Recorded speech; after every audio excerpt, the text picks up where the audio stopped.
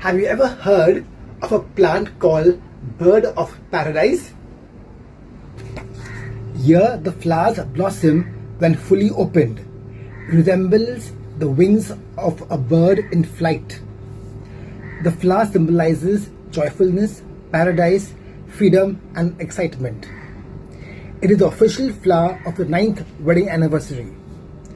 It needs bright indirect sunlight, so keep it in a shady corner of your bedroom and watch it transform your room into a tropical paradise. Water when topsoil is dry and it needs well-drained potting mix. This plant is toxic to dogs and cats.